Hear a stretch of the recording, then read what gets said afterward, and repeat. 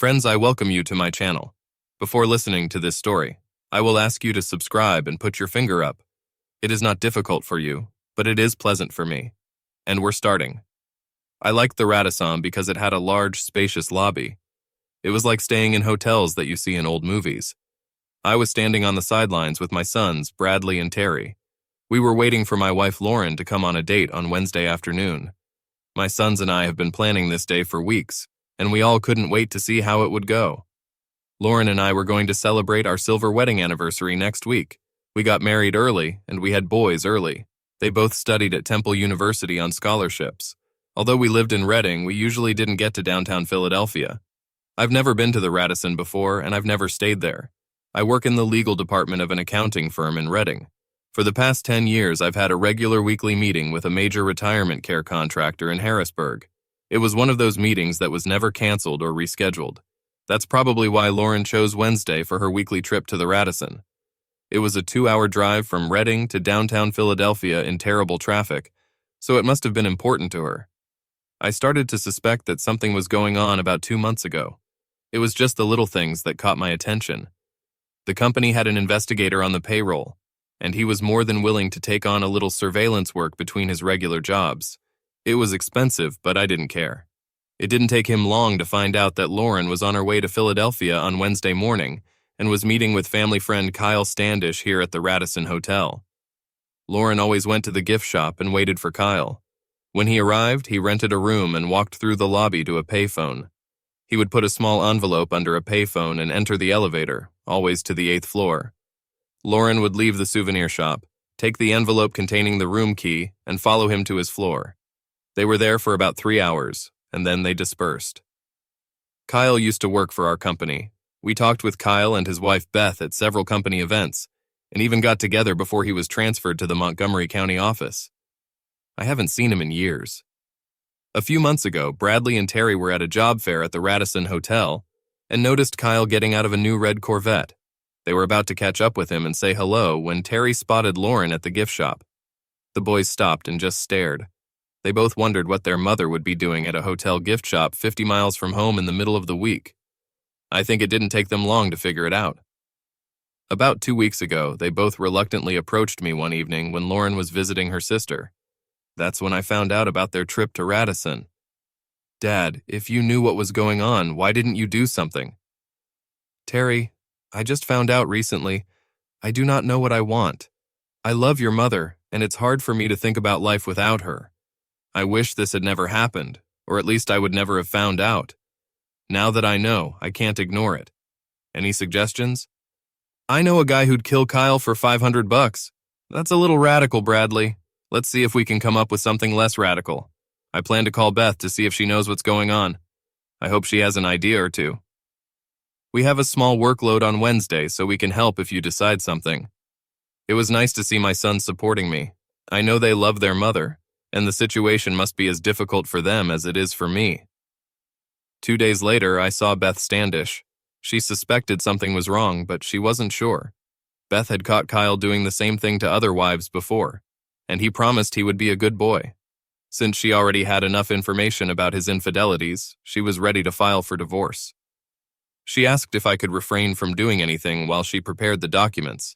It was not difficult to set a date, which brings us back to today. Lauren entered the hotel lobby right on schedule and went into the gift shop. She was beautiful but a little nervous. It looked like she was trying hard for her weekly date, and it hurt a little. Hi guys, are you waiting for me? Beth Standish came up behind me quietly. Lauren just showed up and is waiting at the gift shop.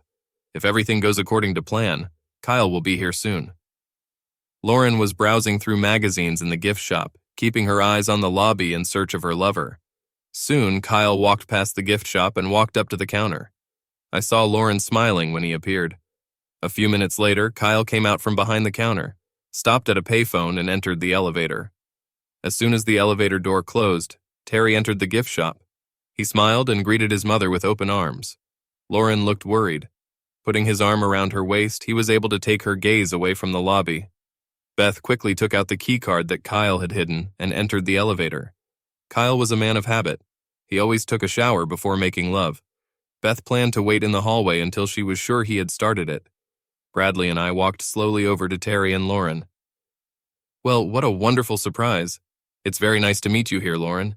You can join me and the boys for lunch. John, what are you doing here? I thought you were supposed to be in Harrisburg. Today the meeting was canceled and I decided to join the guys for lunch. I called home to invite you, but you weren't there. Now I understand why. What are you doing here? It was obvious that Lauren was excited. I'm meeting Marcia Phillips here for lunch. You remember her, don't you, John? We went to elementary school together. She didn't notice how the boys smiled at each other when she came up with this lame excuse. It's not a problem, Lauren. We'll book a table for 5 and she can join us. Lauren reluctantly went to the restaurant with us. The way things were going, she didn't have a choice. Before sitting down, she took out her cell phone. I have to call Marcia and let her know that everything has changed. Put the phone away, dear. The hall is not that big. I don't think it will be difficult for her to find us. I didn't want my wife to call Kyle while Beth was minding her own business. Lauren seemed a little nervous while we were sitting. The boys were a little obsequious, but she didn't notice it. Lauren placed the phone on the table next to the silverware. She usually kept it in her purse, which was on the floor next to her chair. After the waiter took our drink orders, we all sat in silence, looking at the menu. I frowned slightly when I saw them grinning at each other. Are we going to wait for Marcia, Lauren, or are we going to let her order after she arrives? Marcia was a little doubtful that she would be able to make it to lunch. She may not show up at all. I thought that if she didn't come, I could still do some shopping. Poor Lauren piled one lie on top of another, trying to save face. I felt sorry for her, but I knew she deserved it. The waiter brought our drinks and took the order. Lauren only ordered a fruit salad. Less than 15 minutes later, Beth came to the table. She was carrying all of Kyle's clothes and shoes in her arms. Hi, Beth. How did everything go? Very good. Thank you, John. My loving husband was in the shower as we expected, and didn't even notice that I was there. I left the divorce papers on the dresser for him and decided to pick up his clothes at the last minute. Lauren looked scared to death. The blush faded from her face and her eyes began to blur.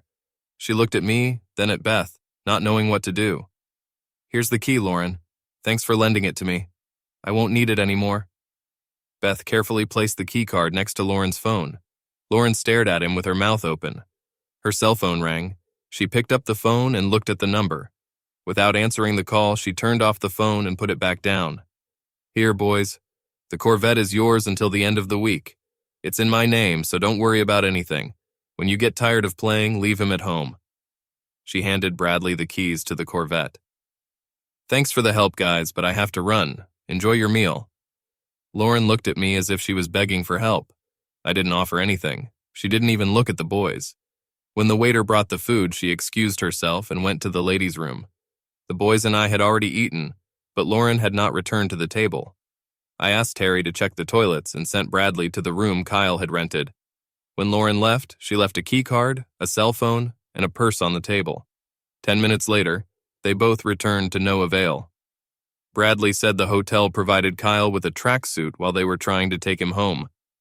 Terry checked the ladies' rooms in the restaurant and the hotel lobby and found nothing. I asked the restaurant manager to arrange for us to get help from the hotel security. There was no indication that anything illegal or criminal had happened. The security people tried to be as helpful as possible, but the only thing they could find was a surveillance camera that showed Lauren going to the kitchen and not to the ladies' room. The other cameras showed nothing. As a precaution, they called the Philadelphia police. Lauren could not be reported missing, but we could file an incident report for future reference if necessary. We waited a few more hours and then decided to go home in case she was there. She left her purse on the table with her credit cards, driver's license, and money. Lauren wasn't at home. It's been 2 years since our lunch at the Radisson. Terry is now a lieutenant in the Air Force. Bradley is in graduate school in California. Beth and Kyle are divorced. We never saw or heard from Lauren again. I filed a missing person report with the Philadelphia police after the required waiting period, but they didn't find anything. Legally, I'm still married. At some point, I will have to apply for a change in this status. In the meantime, I live in a big house, alone. All of Lauren's clothes and other things are still here as she left them. I'm trying to figure out if lunch at the Radisson was a good idea or a bad one. I can't decide.